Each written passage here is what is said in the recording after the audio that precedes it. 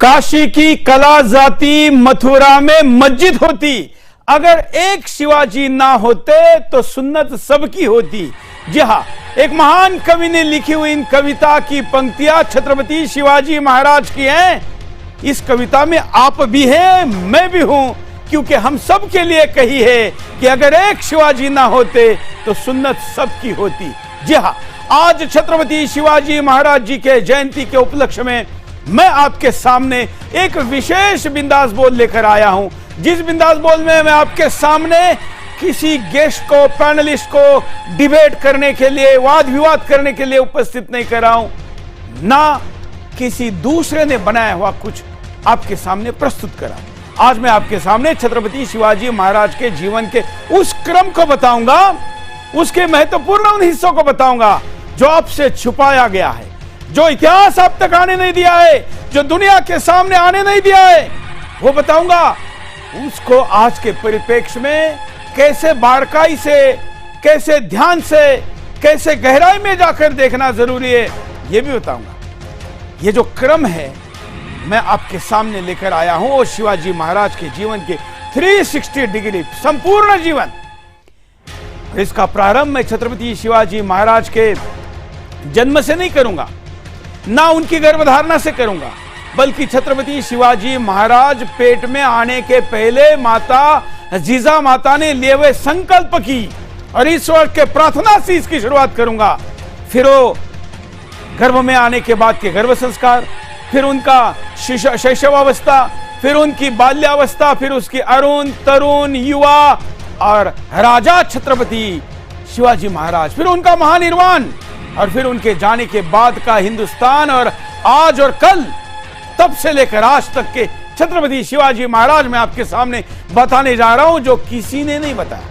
लेकिन सबसे पहले जब आज 19 फरवरी पर छत्रपति शिवाजी महाराज की जयंती का यह उत्सव मनाया जा रहा था, तो देश की तरफ से देश के प्रधानमंत्री ने उनको जो समर्पण दिया है, श्रद्धांजलि दी है, विनम्र अभिवादन किया है, उससे आज के कार्यक्रम का प्रारंभ करते हैं।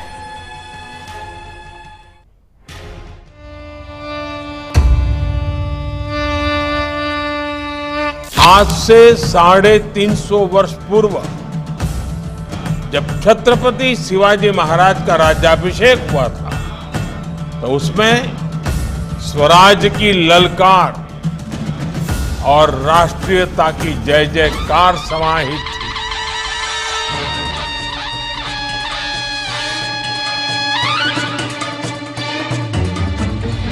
उन्होंने हमेशा भारत की एकता और अखंडता को सर्वोपरि रखा।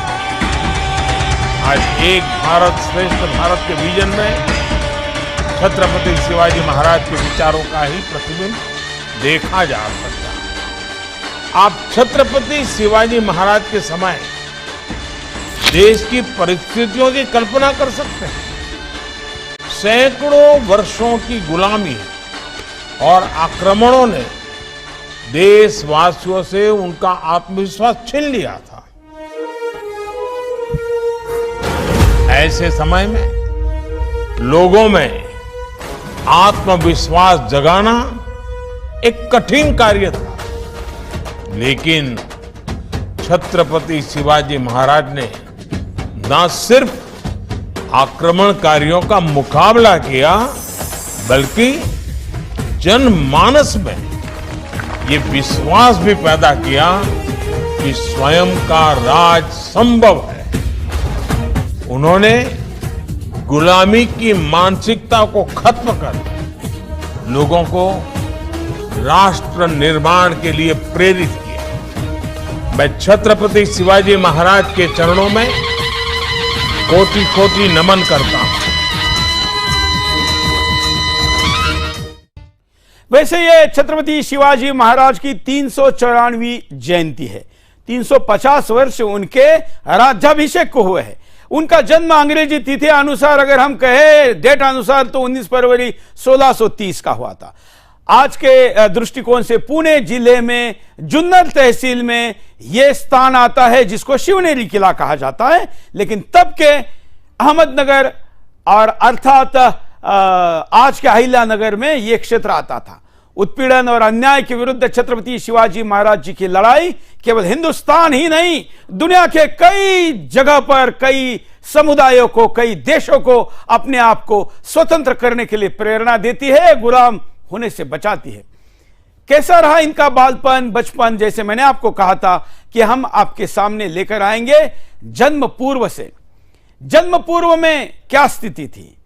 छत्रपति शिवाजी महाराज जी का जन्म जो हुआ, यह काल के कपाल पर लिखने वाला राजा यूं ही किसी अपघात में, एक्सीडेंट में, किसी की दया से नहीं पैदा हुआ, बल्कि उस प्रार्थना का फल था जो जीजा माता जी ने साक्षात ईश्वर से प्रार्थना करके कहा था कि मैं रोज इस किले पर चहु दिशाओं से आने वाली हिंदू माता भगिनियों की ओ किंकाल, वो आवाज, ओ स्वर, ओ चिल्लाहट सुनती हूं, जिसमें बचाओ बचाओ के नारे आवाज होते हैं, पुकार होती है।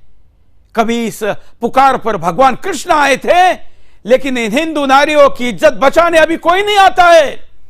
तो मुझे ऐसा बालक दे जो ये नारियों का स्वर जो मेरे कान में आकर गरम तेल की तरह पड़ता है, ये बंद हो, ये लूटने वाली हिंदू अबलाओं की इज्जत बच जाए, ऐसा शूर दो। भगवान कृष्ण की तुलना करके जीजा माता जी ने छत्रपति शिवाजी महाराज को मांगा था उन्होंने महान योद्धाओं को। और इसलिए छत्रपति शिवाजी महाराज जी के जीवन का प्रारंभ मैं उनके जन्म के बाद नहीं, बल्कि वो पेट में आए उसके पहले से करता हूं। उस समय हिंदुस्तान के अधिकतर हिस्से में अतताई मुगलों का, कहीं पर ईरानियों का, कहीं पर अफगानियों का, कहीं पर विभिन्न प्रकार के लोगों का राज था। यहां तक कि पुर्तगाज भी आ चुके थे और कई जगह पर विदेशी आक्रांताओं ने अत्याचारों का हाहाकार बना के रखा था। लेकिन जिस पश्चिम महाराष्ट्र में छत्रपति शिवाजी महाराज जी का यह जन्म हुआ, ये जो क्षेत्र है, उस क्षेत्र में उस समय के स्थिति का समाधान केवल कोई नया युग पुरुष आकर ही कर सकता था, क्योंकि उस समय के वर्तमान के जो लोग थे, उन्होंने तो यह मान ही लिया था कि अब हमारे पास कोई चारा नहीं है और अब हम इन मुगलों के आतताइयों के नीचे ही हमको काम करना है, किसी को सरदार बनकर या किसी को विभिन्न पदों में लेकर। लेकिन माता का ये संकल्प था, ये प्रार्थना थी भगवान से, भवानी से, और उसका परिणाम ये हुआ कि उनको, हालांकि इसके पहले उनके 3 बालकों का जन्म नहीं हो पाया था या होते ही चले गए थे, लेकिन छत्रपति शिवाजी महाराज जी का जब गर्भधारणा हुई तो बड़ी आशा के साथ वो उस गर्भ को माता जिजाऊ कहानियां बताती थी रामायण की। राम प्रभु ने कैसे माता सीता के लिए रावण का अंत किया समझाती थी, महाभारत में क्या हुआ था यह बतलाती थी, कैसे कृष्ण कंफ्यूज अर्जुन को गीता बताते थे, वो माता जिजा अपने गर्भ में पल रहे शिवाजी महाराज को बताती थी। नाम भी पहले ही तय हुआ था और इस शिवाजी को पेट में ही यह सारा समझाया गया। हिंदू धर्म में गर्भ संस्कार या जन्म पूर्व संस्कार जिसको कहते हैं, उसकी पूरी साइंटिफिक प्रक्रिया है। महाभारत में भी आप जानते हैं कि कैसे चक्रव्यूह में हमारा योद्धा फंसा था और कैसे वो बाहर नहीं आ पाया था, लेकिन ये नया योद्धा चक्रव्यूह में अधूरी कहानी नहीं सुन रहा था। छत्रपति शिवाजी महाराज पेट में उन पूरे कहानियों को ना केवल सुन रहे थे, बल्कि बाहर आकर उन लड़ाई में उतर उस चक्रव्यूह में उतरकर उसको भेदने का भी प्लान कर रहे थे। और इसलिए जब उनका दिव्य जन्म हुआ, सकुशल माता पिता दोनों, पिता और मां, पिता तो वहां नहीं थे, युद्धजन्य स्थिति में थे, लेकिन माता ने उनको जन्म दिया। उनके जन्म के साथ ही उनको मारने वालों की भी सेना तैयार थी। जैसे भगवान कृष्ण के लिए जन्म लेने वाले उनके पहले उनकी जितने भी भाई बहन हुए उन सबकी मृत्यु की गई थी, वैसे ही प्रभु कृष्ण के जीवन में जो आया था वही हाल छत्रपति शिवाजी महाराज के भी जीवन में था। उनको भी मारने के लिए लालायित थे, लेकिन जीजा माता स्वयं एक योद्धा थी, एक वीरांगना नारा थी, और इसलिए उन्होंने अपने बच्चे को बचाया, इन दुष्टों से बचाया। और शिवनेरी किले पर उन्होंने अपने बालक को संस्कार दिए, आगे बढ़ाए और आक्रांताओं से कैसे लड़ा जाता है यह भी उनको समझाया। और शिवाजी महाराज का बचपन जो कि गर्भ के संस्कारों से ही शुरू हुआ था। मानो कि किसी पिछले जन्म का पुण्य ही नहीं, पिछले जन्म का ज्ञान और पिछले जन्म की घटनाओं को लेकर, उनके समाधान को लेकर कोई दिव्य बालक आता है। इस प्रकार से छत्रपति शिवाजी महाराज अपने बचपन से ही इस क्रम में लग गए थे। आपको पता होगा, पिछले दिनों मैंने हिंदू राष्ट्र की शपथ ली थी। रायरेश्वर महादेव मंदिर में उन्होंने ये शपथ ली थी। सोचिए, उनको किसी ने बताया नहीं था, किसी ने सिखाया नहीं था। अपने बचपन के मित्रों के साथ उन्होंने उस शपथ को लिया। अपना बाल्यकाल यूं ही गोटी खेलने, गुल्ली डंडा खेलने या उस समय में बच्चे जो जिसमें टाइम पास करते थे उसमें नहीं लगाया। दादोजी कोंडदेव हो या अन्य कई प्रकार के उनके योद्धा थे जिनका प्रशिक्षण उनको मिल रहा था। उस प्रशिक्षण पर घोड़सवारी से लेकर विभिन्न प्रकार की कलाएं ये किसी राजपुत्र को या किसी भविष्य के राजा को आनी चाहिए, सिखाई जानी चाहिए, वो सब कुछ उनको सिखाया जाता था। आक्रांताओं का उत्पात को समाप्त करने के लिए ये राजा, ये बेटा जल्दी बड़ा हो और पराक्रमी कार्य करे, इस आशा के साथ माता उनको बढ़ा रही थी। और वो भी नित नए पराक्रमों के साथ अपने बाल्यकाल को आगे बढ़ाते जा रहे थे। उनके बाल्य जीवन में उसके बाद अरुण अवस्था आई। अरुण अवस्था तक पहुंचते हुए जहाँ बाकी बच्चे शायद अपना खाना पीना भी ठीक से नहीं कर पाते, उस अवस्था तक छत्रपति शिवाजी महाराज शब्द ज्ञान, योग और साथ साथ में प्राणायाम, ये सब कुछ करते हुए धार्मिक पूजा पाठ और शस्त्र चलाना जान चुके थे। अपने घोड़े कैसे सिलेक्ट करने चाहिए और उन घोड़ों को कैसे तैयार करना चाहिए, क्योंकि योद्धाओं के लिए घोड़ा उनका सबसे बड़ा साधन होता था। ये भी उन्होंने उसी समय में करवा लिया। और फिर वो समय आया जब छत्रपति शिवाजी महाराज जी ने रायरेश्वर पर जाकर केवल 14 वर्ष की आयु में हिंदू राष्ट्र की शपथ ली। ये जो फोटो आप देख रहे हैं, ये जीजा माता जी अपने पुत्र को कैसे प्रशिक्षण देती होता, और ये जो फोटो आप देख रहे हैं, ये रायरेश्वर के मंदिर में जाकर ली हुई हिंदू राष्ट्र की शपथ है, जो 15 अप्रैल 1645 को ली थी। सोचिए, तब अगर आज के न्यायालय होते तो शिवाजी महाराज पर हेड स्पीच चलता, क्योंकि इसी शपथ को मैंने 3 वर्ष पूर्व लिया, तो देश के न्यायालय ने मेरे ऊपर हेड स्पीच का मुकदमा दायर करके एफआईआर करवाया। शिवाजी महाराज जी ने 350 वर्ष पूर्व जो किया, वो आज अगर हम करने जाते हैं तो हम पर केसेस होते, लेकिन केसेस ही होते हैं। तब तो हत्या होती थी, क्योंकि तब आक्रांताओं का राज था। लेकिन महाराज रुके नहीं, वो आगे बढ़ते गए। उन्होंने उस काल में शपथ लेने के बाद उनका पहला पराक्रम यह था कि उन्होंने तोरणा नाम के किले को जीता। मराठी में हमको स्कूल सिलेबस में एक धड़ा, जिसको पाठ्यक्रम में एक चैप्टर कहते हैं, वो था स्वराज्याचे तोरण बांधले। मतलब अपना जो स्वराज्य स्थापन करना था, उसका पहला तोरण जैसे दरवाजे पे लगाया जाता है, जहां से प्रवेश प्रारंभ होता है, वैसा प्रवेश करने वाला तोरण उन्होंने अपने आयु के 15 वर्ष में ही पहला किला जीता। सोचिए, अपना सैन्य खड़ा करना, अपने साथियों को सैनिक बनाना, उनका विश्वास संपादन करके शौर्य उनके अंदर डालना। यह केवल मैं इतिहास नहीं बता रहा हूं, आज समाप्त होने की तरफ बढ़ रहे हिंदू धर्म को बचाना चाहने वालों को भी आत्मविश्वास दिलाने के लिए बता रहा हूं कि महाराज जी ने तब जो किया था वो आज हमको संभव है। 15 आयु में अपने दोस्तों को, जब जहां लुका छिपी खेल सकते थे, वो लुका छिपी खेलने के बजाय उन्होंने युद्ध कौशल उनको सिखाकर, खुद सीखकर तोड़ना किला जीता। और उसके बाद फिर पीछे मुड़कर नहीं देखा। हालांकि उनके इस किले को जीतने के बाद आदिल शाही जबरदस्त नाराज हो गई और उनके ऊपर कार्रवाई की दिशा में भी संपूर्ण प्रक्रिया शुरू की गई। लेकिन वो रुकने वाले कहाँ थे, क्योंकि जन्म के पहले ही जो किसी संकल्प को सिद्धि करने के लिए आए थे, उसके लिए रुकना तो कहीं पर लिखा ही नहीं था। छत्रपति शिवाजी महाराज के जीवन में किसी भी अन्य राजाओं की तरह ये भी अवस्था आई, स्थिति आई कि पैसे की कमी पड़ गई। लेकिन जो किला जीता, वहां पर पूरा सोने के कई बड़े बड़े पॉट मिले, रांझन मराठी में कहते हैं, या पानी आजकल जिनमें भर के रखते हैं, बड़े बड़े पानी पोही में यूज किए जाने वाले, उनमें सोने की मोहरें मिली। मानो कि साक्षात कुबेर देवता, मानो कि साक्षात लक्ष्मी कुबेर को कह रही थी, जा, कोई आया है जो हमारे मंदिरों को तोड़ने से बचाएगा, कोई आया है जो चीखती माताओं की पुकार को रोकेगा, कोई आया है जो आतताइयों का खात्मा करेगा। जा कुबेर, उसको पैसे देकर आ, धन देकर आ।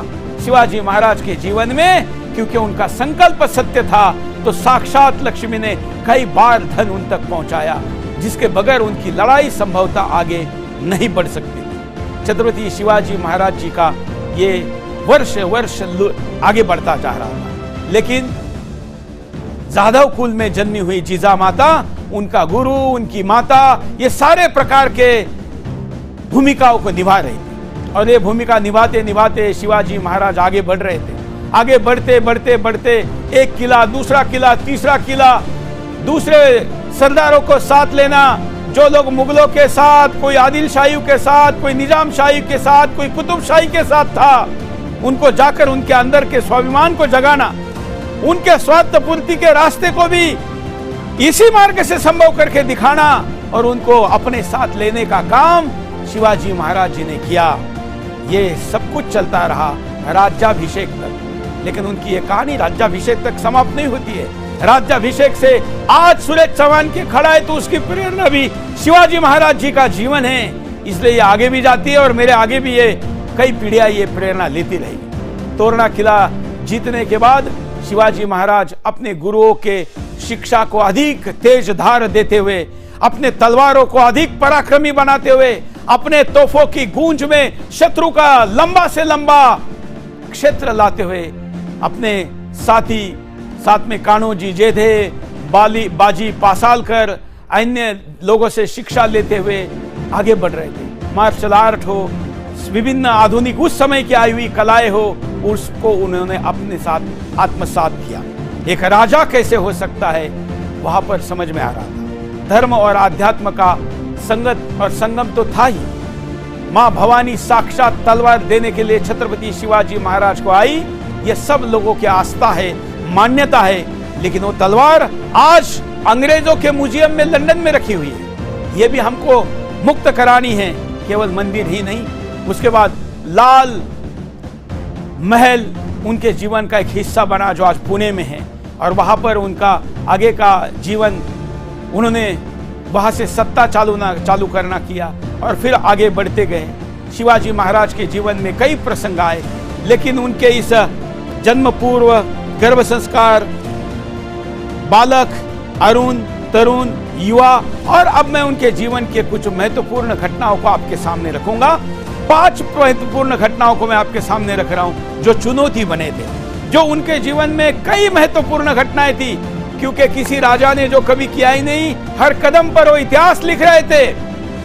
लेकिन मैं आज आपके सामने समय के कमी के कारण मैं जो 360 डिग्री शिवाजी महाराज लेकर आया हूं, उसमें मैं आपको उल्लेख करना चाहूंगा। जैसे मैंने तोरणा किला, जहां से उन्होंने अपने स्वराज्य की स्थापना की, पहला किला जीता, यह महत्वपूर्ण है, वैसे ही उनके जीवन में कुछ और घटनाएं आई। दिल्ली के तख्त पर बैठे हुए बादशाह, आगरा था तब, दिल्ली तो बाद में बना, आगरा के तख्त पर बैठे हुए बादशाहों को छत्रपति शिवाजी महाराज का यह पराक्रम रास नहीं आ रहा था।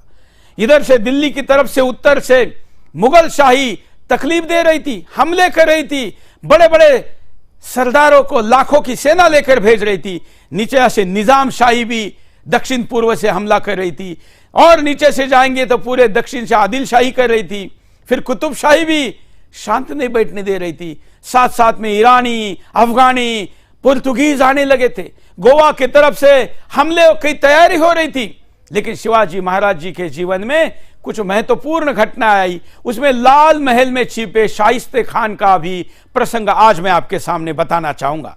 शाइस्ते खान उस पुणे में आया था, जहां पर शिवाजी महाराज जी ने राख से उस शहर को बनाया था, सब कुछ दिला दिया गया था। लेकिन वहां पर पुनः स्थापित किए हुए पुणे में आकर शाइस्ते खान ने, जो कि बादशाह का मामा था, वो पुणे में आया। उसने लाल महल में घुस बैठ करके पूरे महल पे कब्जा कर लिया।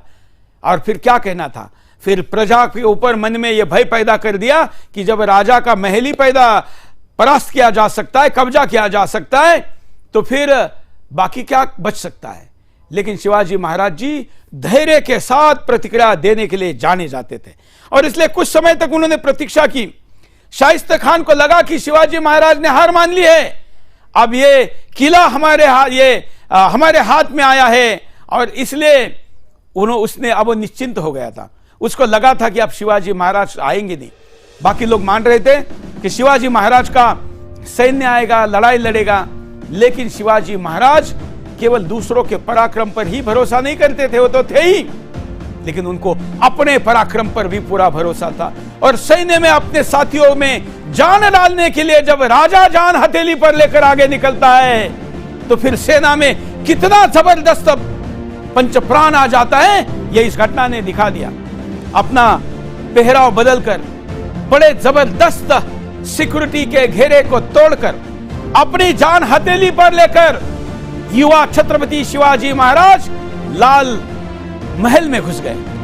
और शिवाजी महाराज जी का तब तक एक दरारा, टेरर, एक भय पैदा हुआ था कि शिवाजी महाराज वो योद्धा है जिसको साक्षात भगवती प्रसन्न है, ईश्वर उनके लड़ाई में उनके पीछे खड़े रहते हैं और बचाने के लिए आगे भी खड़े रहते हैं। शत्रु में भी यह धारणा थी, यहां तक कि शिवाजी महाराज इस दीवार से निकल सकते, शिवाजी महाराज इस दीवार से निकल सकते, शिवाजी महाराज इस सामने की शीशे से आ सकते हैं, उनको कोई कला आती है, वो गुप्त हो सकते हैं, वो प्रकट हो सकते हैं। अपने शत्रु के मन में भय का वातावरण बनाना भी एक शौर्य है जो शिवाजी महाराज जी ने यहां लाल महल में जाने के पहले ही अपने अंदर निर्माण किया था। फिर हुआ क्या, जब शिवाजी महाराज महल में घुस गए, ऐसी बात, एक आवाज वहां पर पहुंच गई, शाइस्ते खान तलवार ढूंढकर शिवाजी महाराज पर वार करने के बजाय अपनी जान बचाने के लिए पहले मंजिल से कूद रहा था, तो उसके हाथ जहां पर रखे हुए थे वहां पर शिवाजी महाराज जी की तलवार चली और उसकी सारी उंगलियां कट गई। बचाओ बचाओ या अल्लाह हो अल्लाह कहते हुए वो वहां से भाग गया। राजा के दरबार में जाकर जब वो कहानी बताने लगा कि वो तो दीवारों से आ गया था, मैं तो अपनी जान बचाकर भागा हूं, तो बादशाह के सारे सरदारों का मनोबल भी टूट गया था। शिवाजी महाराज के कई महत्वपूर्ण प्रसंगों का मैंने 1 मिनट में केवल इतना महत्वपूर्ण प्रसंग आपको बताया है, इससे भी आप में केवल बताने के लिए कि कैसे प्रसंग उनके जीवन में आए जहां उन्होंने अपने आप को स्वयं को दांव पर लगाया था। उनके जीवन में कई छल कपट हुए, कई प्रकार के उनके पास आमिष दिखाई गई, कई प्रकार के दबाव बनाए गए, लेकिन वो किसी के सामने नहीं झुके। और इतना ही नहीं, आप जानते हैं उनके जीवन में महत्वपूर्ण प्रसंगों में एक प्रसंग रहा जब अफजल खान उनको मारने आया। ये मुगलों ने नहीं, नीचे से निजाम शाही ने भेजा था। एक राक्षस के आकार का, 7 फीट ऊंचा, 3 फीट चौड़ा, और मानो कि ये सामने आ जाए तो कच्चा चबा जाए। बेईमानी के लिए कुप्रसिद्ध और अपने अत्याचारी शौर्य के लिए भी चिर परिचित। ये लाख की सेना लेकर जब छत्रपति शिवाजी महाराज को पकड़ने आया तो ये उनके जीवन के कठिनतम प्रसंगों से एक प्रसंग था। अफजल खान इतनी बड़ी सेना लेकर आया, ये जो ऐतिहासिक फोटो यहाँ पर आप देख रहे हैं, ये उसी भेंट का है। लेकिन ये ऐसा ही नहीं हुआ है, यहाँ पर ये लिखा है कि अपने 63 पत्नियों को मारकर आया था। इसका मतलब ये था, महाराज जी ने कहा कि इसका मतलब ये आपने आत्मविश्वास में आधा ये मानता है कि संभवतः मैं मर सकता हूं और वापस नहीं आ सकता हूं। सोचिए, 1 लाख की सेना लेकर निकला हुआ या अफजल खान, ये भी आधा मनस्थिति में था कि संभवतः मैं भी हार सकता हूं, पराजित हो सकता हूं, क्योंकि उसके पहले शिवाजी महाराज जी ने दुनिया में जितने आक्रांता है उन देशों से आने वाले हर राज्य के, हर देश के लुटेरे को मारा था, जिसमें अफगानी भी थे, ईरानी भी थे, मंगोलियन थे, ईरानियन थे, उसके बाद तुर्क थे, और यौन, मतलब आप समझ लीजिए कि उस समय में दुनिया में लुटेरे जितने देशों से जाते थे, ऐसा कोई नहीं बचा था जिनको उन्होंने नहीं मारा था। शिवाजी महाराज जी ने अफजल खान के लड़ाई के लिए अपने अप्रतिम योजना कौशल को दिखाया, साहस और धैर्य को भी दिखाया। अफजल खान जब शिवाजी महाराज को मारने निकला था तो उसकी योजना यह थी कि शिवाजी महाराज गढ़ किलों से उतरकर मैदान में आ जाए, क्योंकि वो किलों में, पहाड़ियों में, उनकी गिरा के अंदर वाले क्षेत्र में युद्ध में पारंगत थे। उस क्षेत्र में जाकर कोई भाग्यनगर से तब के हैदराबाद से निकला हुआ या दिल्ली से जाने वाला कोई भी बड़ा से बड़ा योद्धा भी युद्ध नहीं लड़ सकता था, क्योंकि उसको उस भूमि का भौगोलिक ज्ञान ही नहीं था।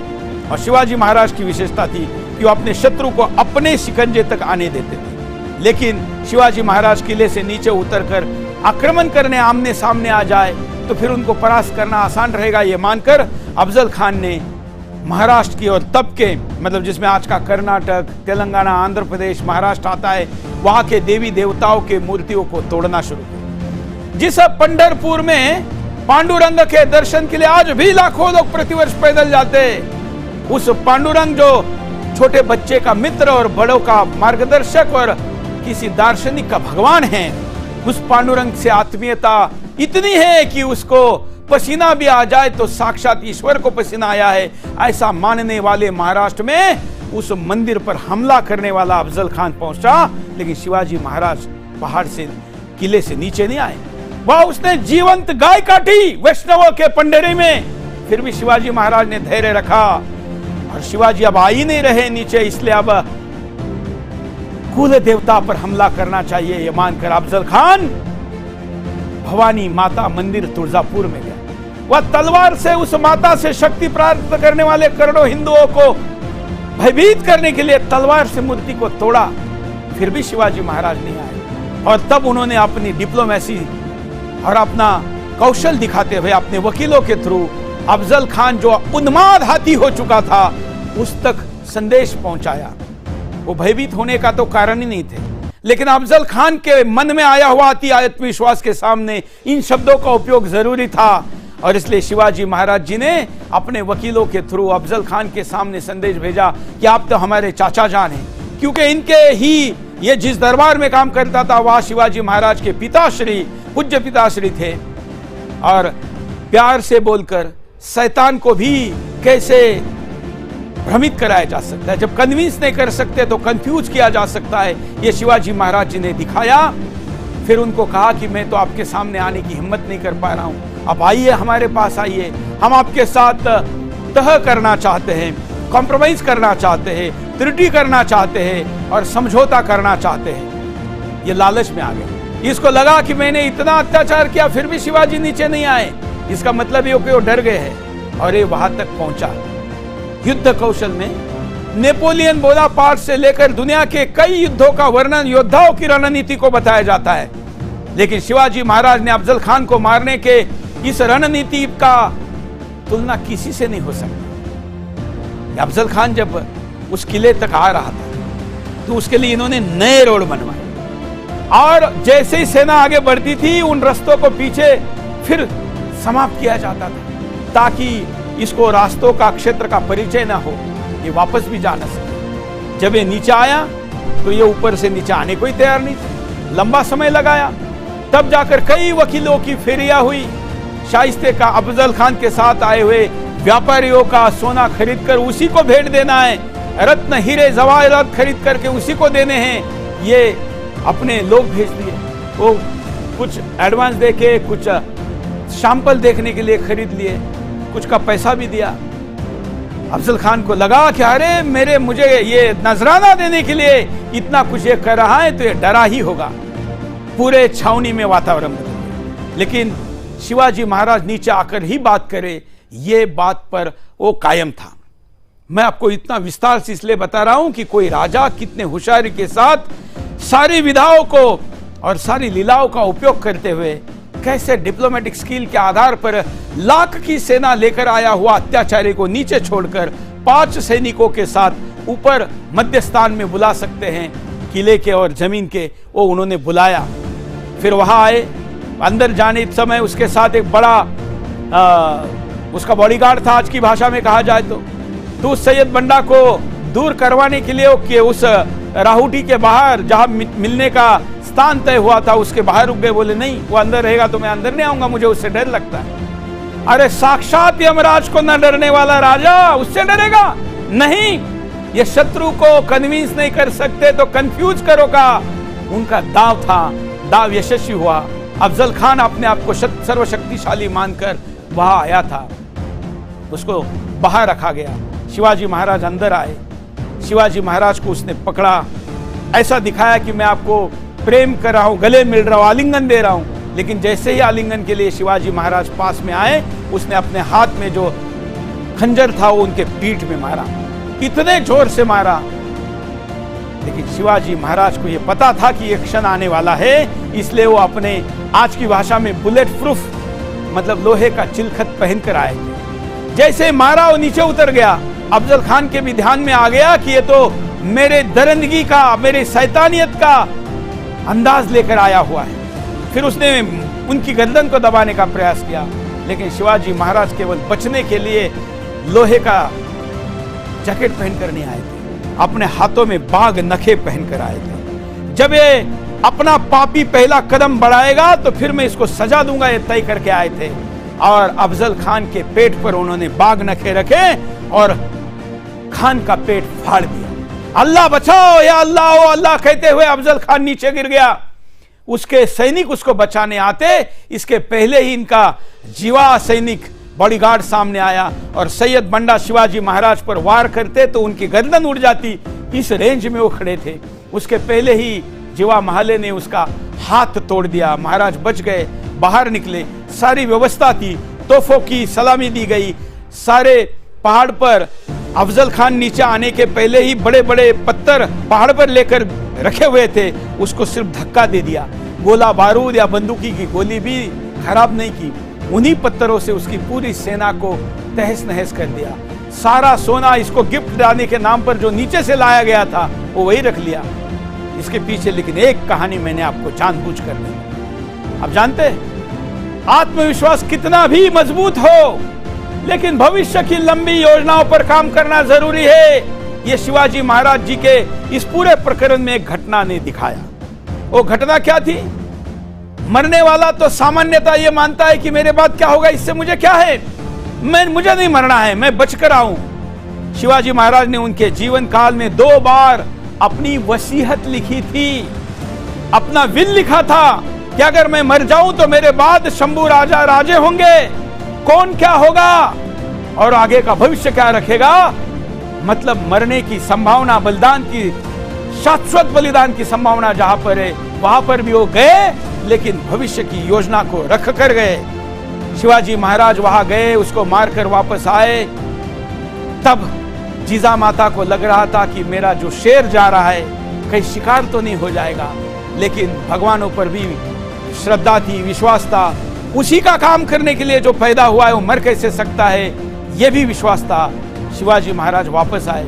अफजल खान के मृत्यु ने शिवाजी महाराज के सभी शत्रुओं में भय की लहर फैला दी। निजाम शाही तो डर ही गई थी, लेकिन आदिल शाही से लेकर कुतुब शाही ने भी घुटने टेक दिए।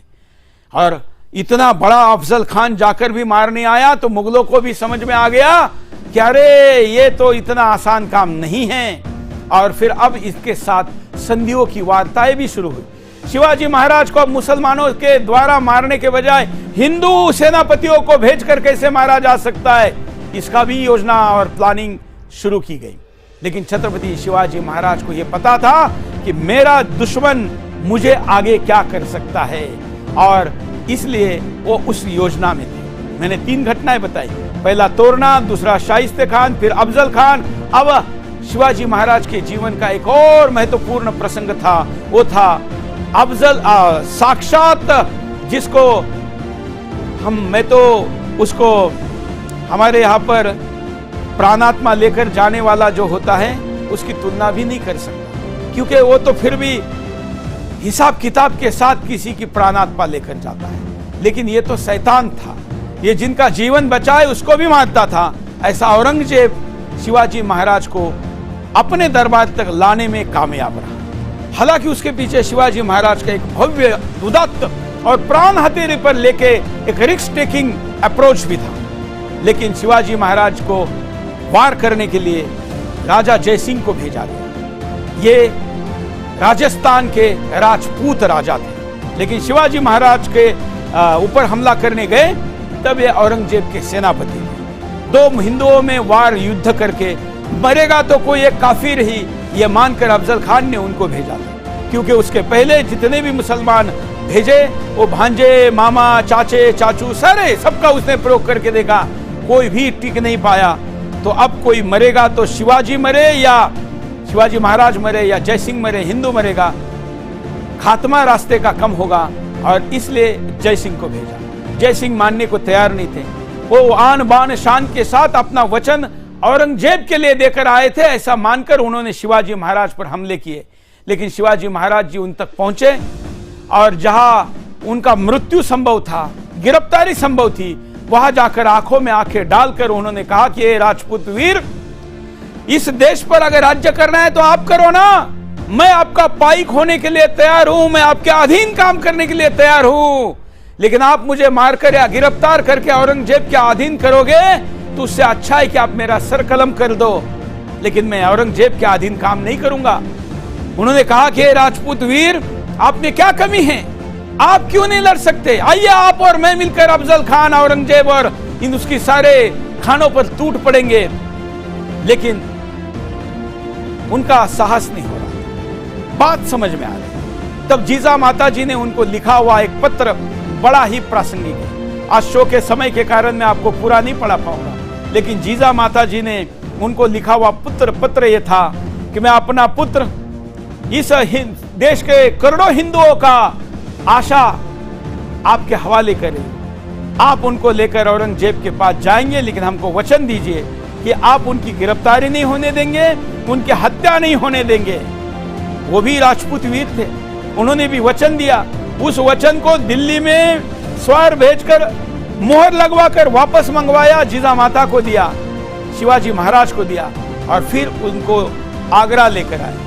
शिवाजी महाराज के जीवन की जिन 5 प्रमुख घटनाओं को मैं बता रहा हूं, हर घटना उनके मृत्यु की संभावना थी, लेकिन ये उससे भी खतरनाक थी। शिवाजी महाराज जी ने अपने जीवन में कई रिस्क को लिया था, लेकिन यहाँ की रिस्क उससे भी बड़ी थी।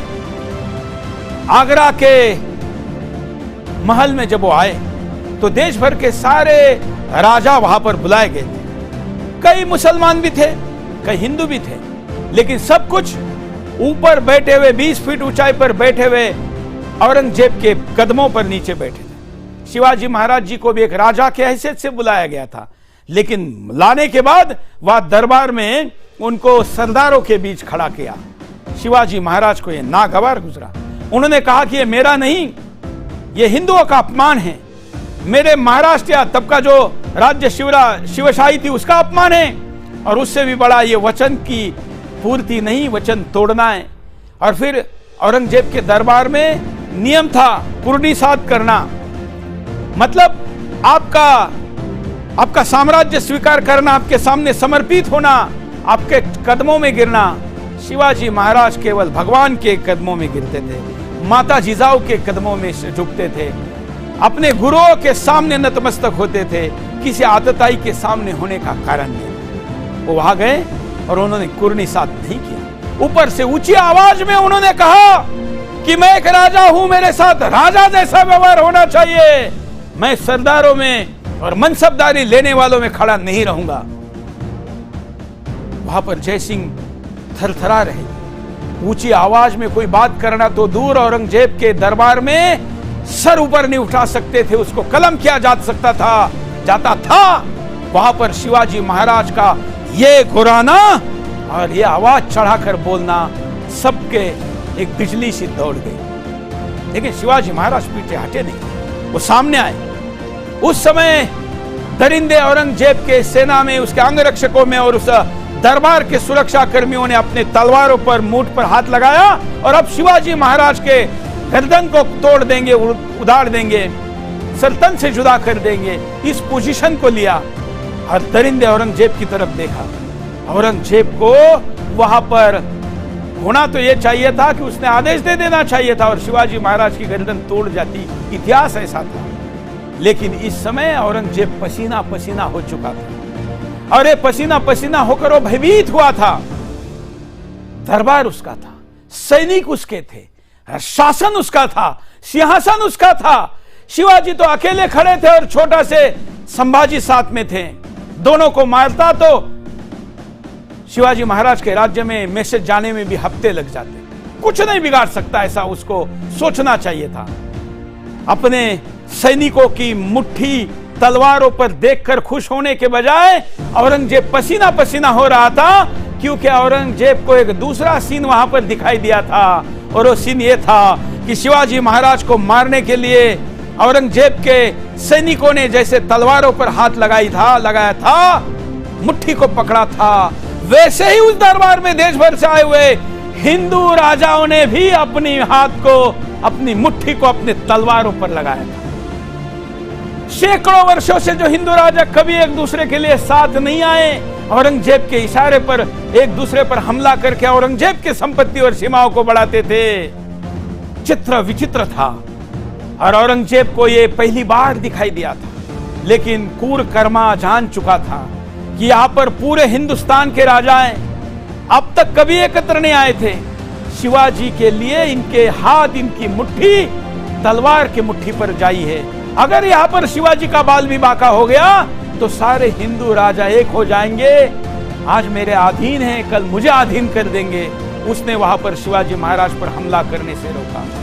सोचिए, शिवाजी महाराज को यह पता था वहां जाने के पहले, यह विद्रोह करने के पहले, कि मेरे ऊपर जब हमले की स्थिति आएगी तो उनको क्या स्थापित करना था।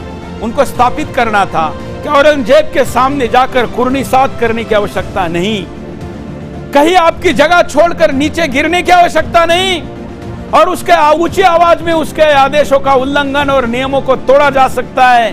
यह स्थापित करके हिंदू राजाओं के मनों में आत्मविश्वास निर्माण करना था। उसके लिए कोई भाषण, कोई प्रवचन और कोई पत्र नहीं लिखा था। अपनी जान हथेली पर लाकर दरिंदे औरंगजेब के आदेश का उल्लंघन किया था। उस उल्लंघन का परिणाम था कि सारे हिंदू राजाओं के अंदर का आत्मविश्वास जाग गया। मुट्ठी तलवार पर चली गई।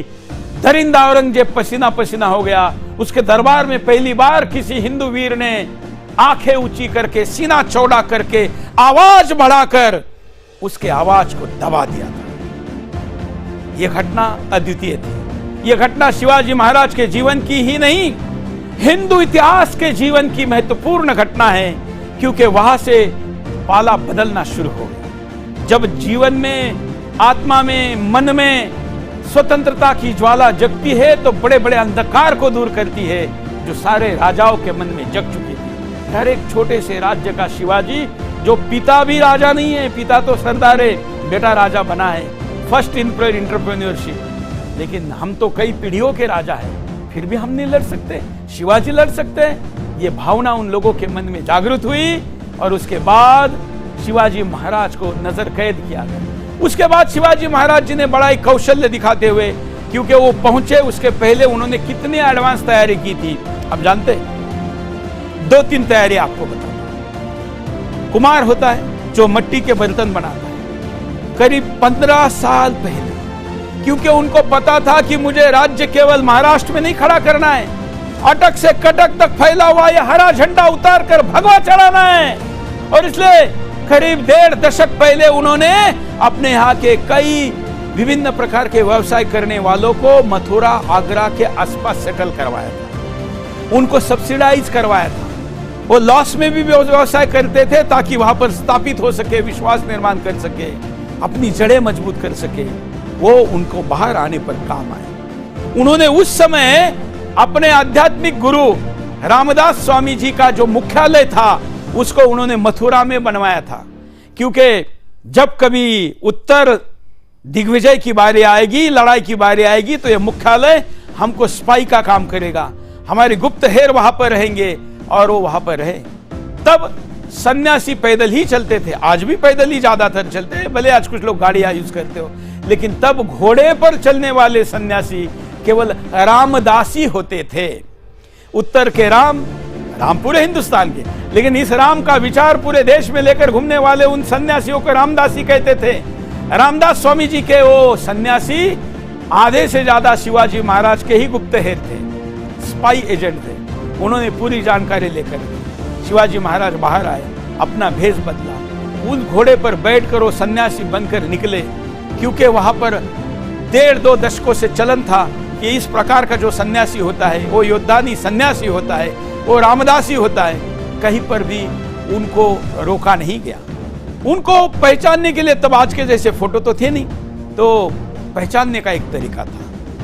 एक उनका रहन सहन, तो उन्होंने वो तो साधु वाला कर दिया था। दूसरा, उनके साथ संभाजी महाराज, बाल संभाजी, देखिए क्यों लेकर गए वो बाल संभाजी महाराज को? शौर्य दिखाने के, अपना वारिस तक साथ लेके गए थे। अगर उसको कुछ हो जाता, दोनों को कुछ हो जाता, तो हिंदू स्वराज्य का क्या होता? सोचिए, आप ऐसा करेंगे क्या? आप अपने बेटे के साथ खुद को दांव पर लगाएंगे क्या? लेकिन उन्होंने लगाया, और वो लगाया हुआ दांव जब सर्वस्व अर्पण करने के लिए आप निकलते हैं, तो ईश्वर को भी आपको बचाने के लिए जमीन पर आना पड़ता है। और हमारा भगवान तो सातवें आसमान में नहीं रहता, चराचर में रहता है। वो प्रकट होकर आपकी मदद करता है। उस बालक ने उस कैद में भी बहुत कुछ सीखा, दरबार में भी बहुत कुछ सीखा, लेकिन अब उसके अस्तित्व का प्रश्न था। और संभाजी महाराज को उन्होंने आज के मथुरा में रखा। उस मथुरा में उनके दरबार में काम करने वाले कई पंडितों के नाते रिश्तेदार भी वहां पर थे, बल्कि इन्होंने पहले ही प्लांट करके भेजे थे। वहां पर जो केशव राय का मंदिर अर्थात भगवान श्री कृष्ण का मंदिर, उस मंदिर में पूजा पाठ करने वालों में महाराष्ट्र के भी कुछ लोग थे। उनके यहाँ पर उनको रखते तो पकड़ना आसान था औरंगजेब को, इसलिए उनके रिश्तेदारों के यहाँ पर रखा।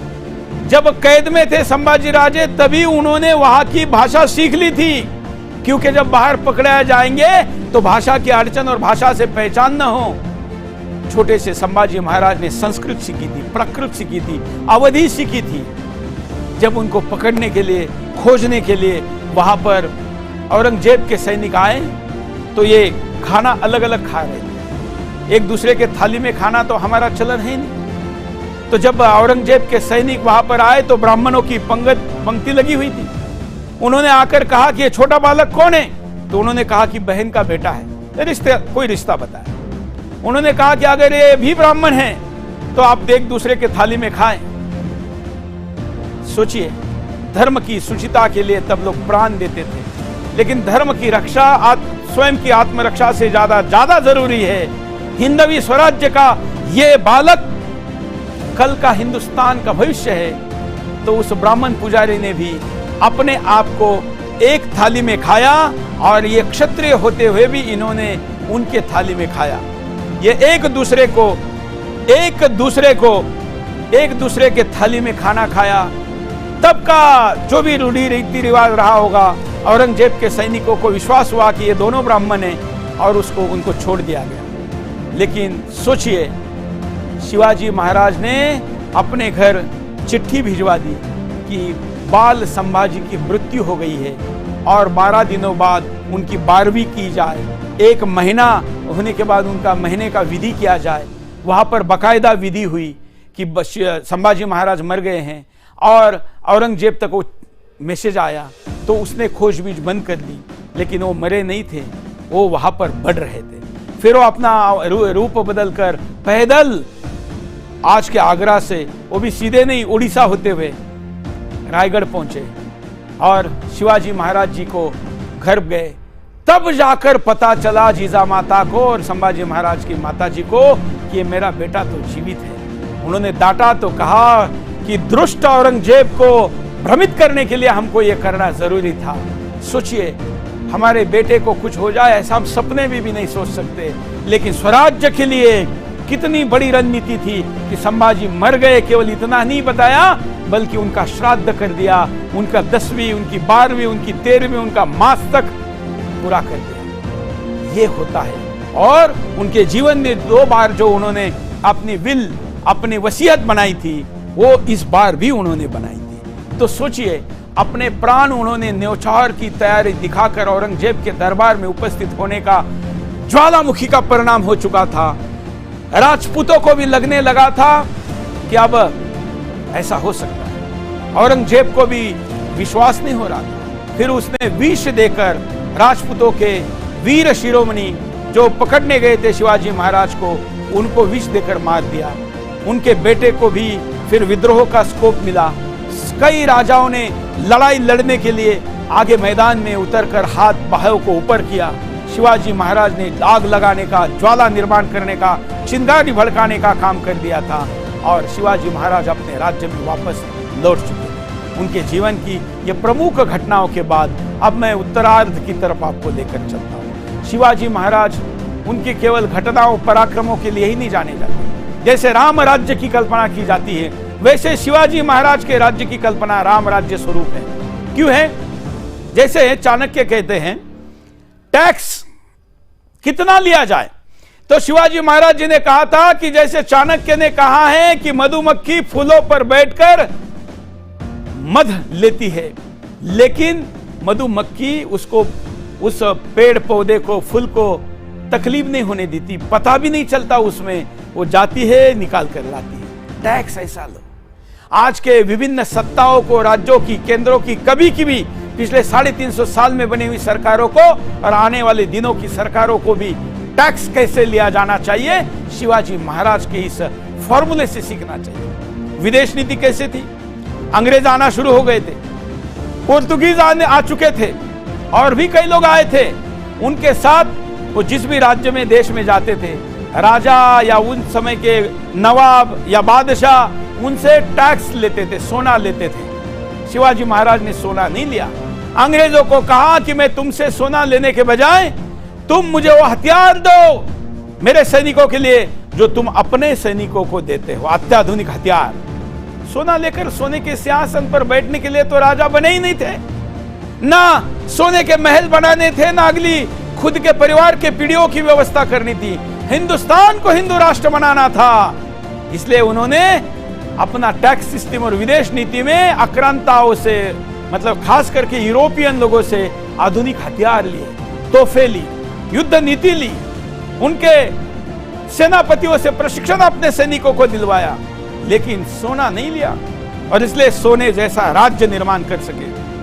मित्रों, साथ साथ में और भी आपको पता है उनका मंत्रिमंडल कैसे था। पहले तो राजा बोले और दल हाले, ऐसा कहते थे।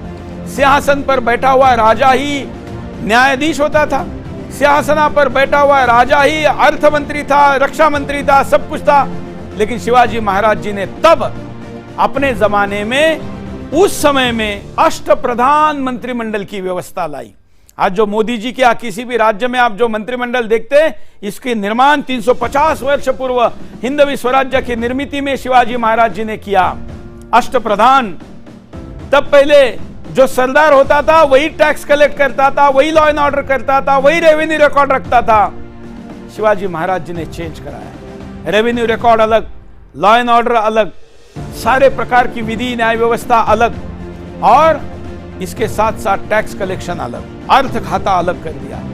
कई मंत्रालय बनाए, उसमें एक विभाग बनाया घर वापसी का, जो आप, मैं और आप आज भी हम हिंदू नाम लगाते हैं, हमारा खतना नहीं हुआ है, टोपी नहीं है, ना दाढ़ी बड़ी है, ना हम मुसलमान हैं। इसका कारण छत्रपति शिवाजी महाराज, ये कवि की कल्पनाओं की 4 लाइनें नहीं है, यह उनका निर्मित स्वराज्य है जिस कारण आप और हम हैं। उन्होंने उस वक्त अपने पत्नी के भाई का अपहरण करके जो इस्लाम उनसे कबूल करवाया था, वो निम्बालकर परिवार से थे और बजाजी निम्बालकर इनको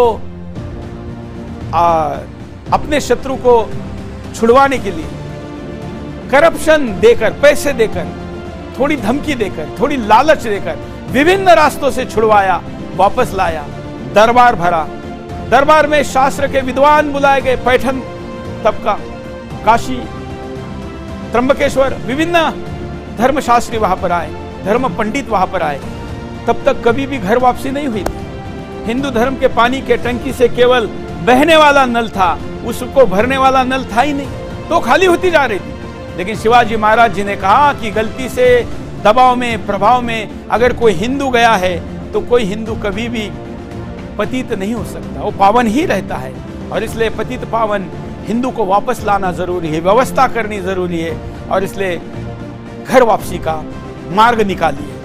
दरबार में बैठे हुए सभी विद्वान लोगों को कहा गया, सभी ने कहा कि यह व्यवस्था हिंदू धर्म में नहीं है, जो गया हो गया, छोड़ दो। महाराज ने कहा कि ऐसा करोगे तो फिर कभी भी बच नहीं पाओगे। दुनिया के देशों में ऐसे ही मुसलमानों ने कब्जा करवाया है, लेकिन शिवाजी महाराज जी ने फिर सारे लोगों के विभिन्न मत विचार सुनने के बाद एक ब्रेक लिया दोपहर के भोजन का, और कहा कि हम भोजन के बाद पुनः मिलते हैं, अब विचार करके रखिए। पुनः सब लोग बैठे और एक निर्णय एक विद्वान ने दिया कि अगर कोई वापस आना चाहता है तो वो प्रायश्चित्त करे और फिर उनको वापस लिया जा सकता है, इसका प्रावधान है, अन्यथा किसी के घर वापसी का प्रावधान हिंदू धर्म में नहीं है। शिवाजी महाराज ने कहा प्रायश्चित्त तो हिंदू को करना चाहिए, वो क्यों करे, लेकिन धर्माचार्य को समझाने के लिए और धर्म की मान्यताओं का भी सम्मान रखने के लिए, क्योंकि उनसे विद्रोह नहीं करना था, उनमें बदलाव लाना था, और इसलिए उन्होंने प्रायश्चित्त करवाया।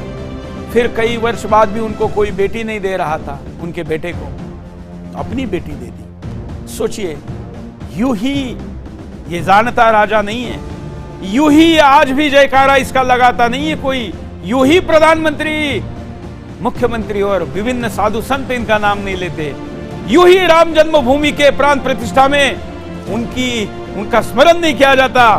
वो किया जाता है उनकी दूरदृष्टि और खुद के बलिदान को लेकर। बलिदान केवल जन्म और मृत्यु का नहीं होता, बलिदान अपने स्वत्व का भी होता है, अपने विचारों का होता है, अपनों का होता है, और वो सबसे बड़ा होता है। खुद के मरने से भी अपने के किसी को उस स्थिति में डालना होता है। शिवाजी महाराज ने स्वयं को भी डाला, अपनों को भी डाला, लेकिन हिंदू स्वराज्य स्थापन करके दिखाया। बताने के लिए शिवाजी महाराज पर मेरे पास तो घंटों का इतिहास है। मैं उनकी एक एक घटना को विश्लेषित करते हुए आपके सामने एक एक दिन बोल सकता हूं, लेकिन शिवाजी महाराज जी का ये राज्याभिषेक का 350वां वर्ष ये भी बताता है। ये प्रसंग बताकर मैं समाप्त करूंगा। उनको राज्याभिषेक करना आवश्यक हो गया था, क्योंकि कई शतकों से हिंदू राज्याभिषेक करना भूल गया था। उसने मान चुके थे कि अब इन मुसलमानों के नीचे ही हमको जीवन बिताना, इनके सरदार बिरदार बनकर ही रहना है। लेकिन शिवाजी महाराज जी ने निर्णय किया, कईयों ने विरोध किया, कईयों ने तो उनको क्षत्रिय मानने से भी मना किया। तब उनकी वंशावली खोजी गई तो फिर वो राजकुल के निकले, सिसोदिया राजवंश के निकले। तय हुआ पूजा करने को महाराष्ट्र का पंडित तैयार नहीं हुआ तो गागा भट्ट काशी से गए, 7 समुद्रों का 7 नदियों का पानी लाया गया, राज्याभिषेक हुआ। और आज की भाषा में कई देशों ने, मतलब तब के कई राज्यों ने, यहाँ तक कि जिसमें पुर्तगाल और अंग्रेज तक थे, उनके राज्य को मान्यता दे दी थी। ऐसा शासित राज्य उन्होंने खड़ा किया, ऑटो पायलट किया, केवल राजा बोले और दल हले वाली स्थिति को निर्माण नहीं किया। ये हिंदू राजा राज्य अभिषेक ले सकता है, यही भूल गए थे।